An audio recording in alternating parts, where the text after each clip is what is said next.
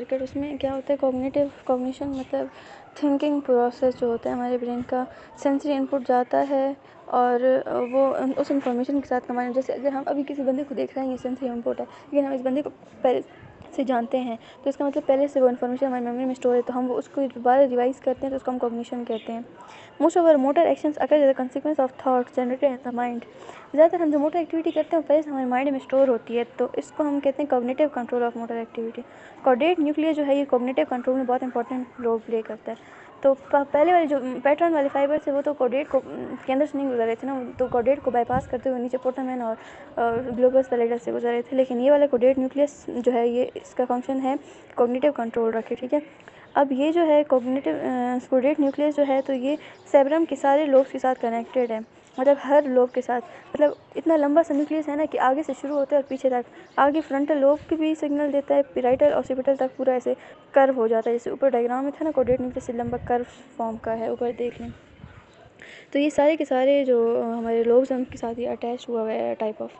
तो अब chordate nucleus large amount of input receive करता है सेरेब्रल कॉर्टेक्स से, जितने भी एसोसिएशन एरियाज़ होते हैं, ठीक है ना, मेनली उस एरिया से जो कि डिफरेंट टाइप्स ऑफ सेंसरी और मोटर इन्फॉर्मेशन उनके अंदर हो, ठीक है ना।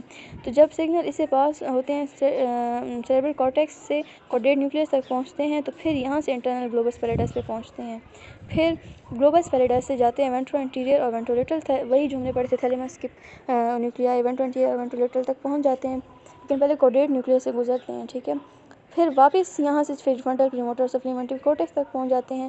तो ये कौन सा सर्किट हो गया, कॉर्डेट का, क्योंकि ये कॉर्डेट में से गुजर रहे हैं, इसको हम कॉर्डेट सर्किट कहेंगे। ये थोड़े से जो क्या गुजर रहे हैं कॉर्डेट वाले, तो इसको कॉर्डेट सर्किट कहते हैं। बेसल गैंग्लियस, ये कॉग्निटिव वाली जो इम्पल्सेस होंगी वो आएंगी कॉर्डेट से गुजरते हुए ग्लोबस पे चली जाएंगी, और फिर ग्लोबल से वेंट्रो एंटीरियर लेटरल पे और डायरेक्टली फिर वापस, बाकी सारे वही कुछ है, तीनों सर्किट में सारा वही है, लेकिन खाली न्यूक्लियाई चेंज है, ठीक है ना। जो हमारे पास सर्किट था प्लूटामेन का वही था, लेकिन वो प्लूटामेन से गुजरता हुआ ग्लोबस पैलेटस से, फिर उसके बाद सब्सटेंशियल वो जो दूसरा वाला था इंसिलियरी सर्किट वो सब्सटेंशियल और सबथैलेमिक से गुजरता हुआ, और जो ये कॉर्डेट का सर्किट है ये खाली कॉर्डेट न्यूक्लियस से गुजरता हुआ ग्लोबस पैलेटस के पास चला जाता है।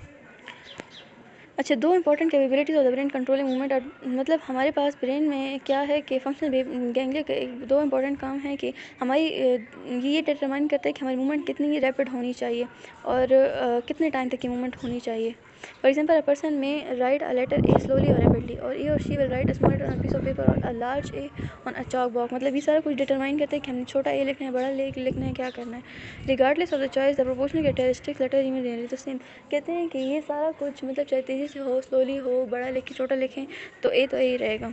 तो अब क्या होता है, अगर बेसल गैंग्लिया के पेशेंट्स आते हैं ना, तो उनको टाइमिंग में भी मसला होता है, स्केलिंग में भी मसला होता है। फॉर एग्जांपल, आप उसको कहेंगे कि जो है तो ए लिखो, तो उसको पता है कि ए कैसे लिखा जाता है, लेकिन उसके बेसल गैंग्लिया में मसला है, तो वो क्या करेगा कि वो जो उसका टुंडा है वो पहले डाल देगा और बाद में वो बना देगा ए, तो मतलब उसकी टाइमिंग में भी, उसका टाइमिंग ऑफ द मूवमेंट में भी प्रॉब्लम आ जाती है, ठीक है ना। वेलोसिटी ऑफ द मूवमेंट और टाइमिंग ऑफ द मूवमेंट भी ख़राब हो जाती है।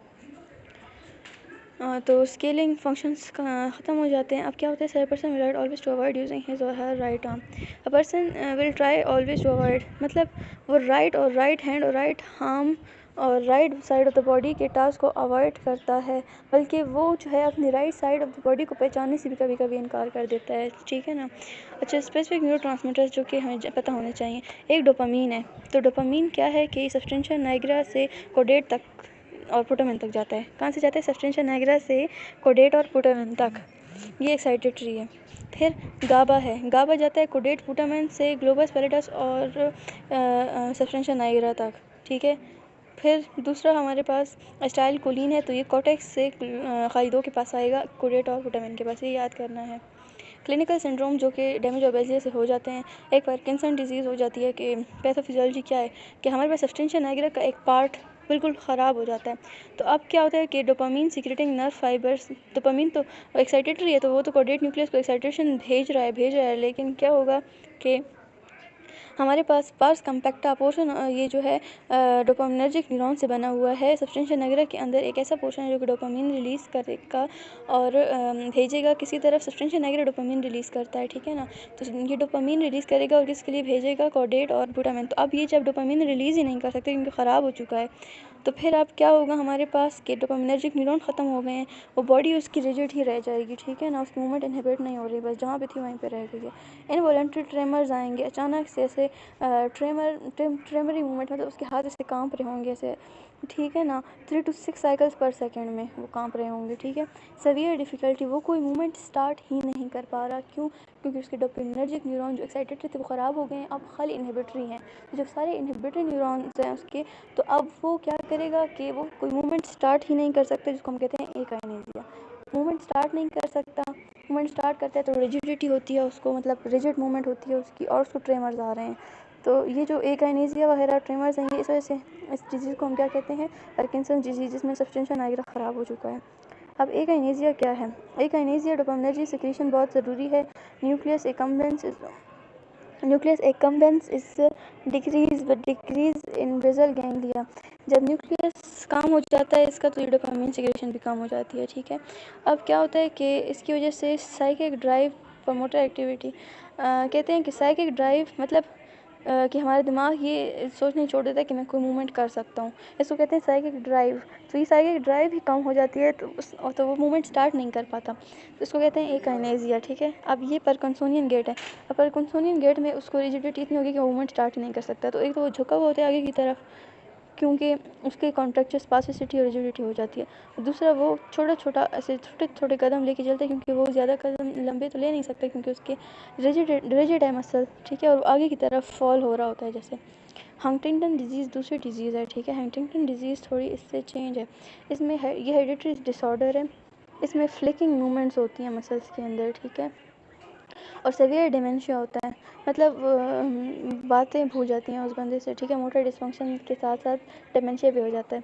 अब क्या होता है कि गाबा सिक्रेटिंग हार्मोन्स जो थे, गाबा जो सिक्रेट करते थे, तो गाबा रिलीज़ नहीं होता। अब गाबा जब रिलीज़ नहीं होता तो बस मूवमेंट फिर हो रही होती है और रुकती ही नहीं है। गाबामिनर्जिक न्यूरॉन्स जो है ना, जो कि कोडेट और पुटामेन के अंदर थे, वो ख़त्म हो गए हैं। अब क्या होगा हमारे पास, एक्सॉन टर्मिनस होता है। गाबा नॉर्मली इनहिबिट्स, गाबा ने तो इनहिबिट करना होता है ताकि वो जो मूवमेंट है वहीं पे रुक जाए। अब लॉस ऑफ इनहिबिशन, तो अब स्पॉन्टेनियस आउटबर्स्ट होगा। अब क्या होगा कि जो है तो बहुत ज़्यादा ओवर एक्टिविटी होगी, डिस्टॉर्शन मूवमेंट्स, एबनॉर्मल मूवमेंट्स होंगी और कंटिन्यूसली होती रहेंगी।